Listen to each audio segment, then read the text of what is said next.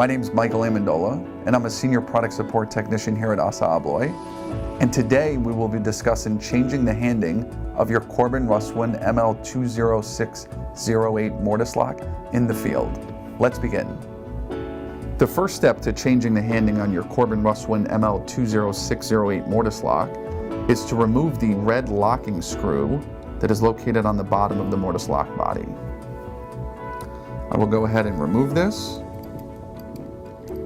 Once removed, we will put it to the side so that we can install it on the other side of the lock body to change handing.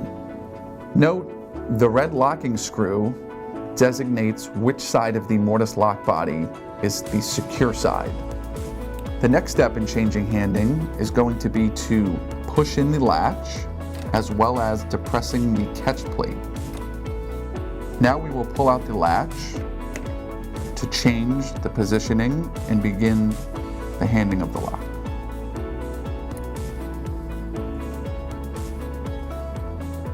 Once the latch is flipped, we will insert the screwdriver behind the catch plate to put the latch back into position.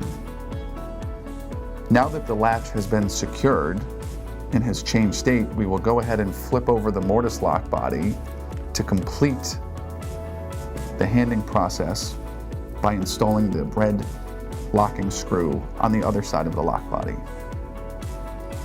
As we screw in the red locking screw, this is the final step, and once complete, you have successfully rehanded your lock in the field.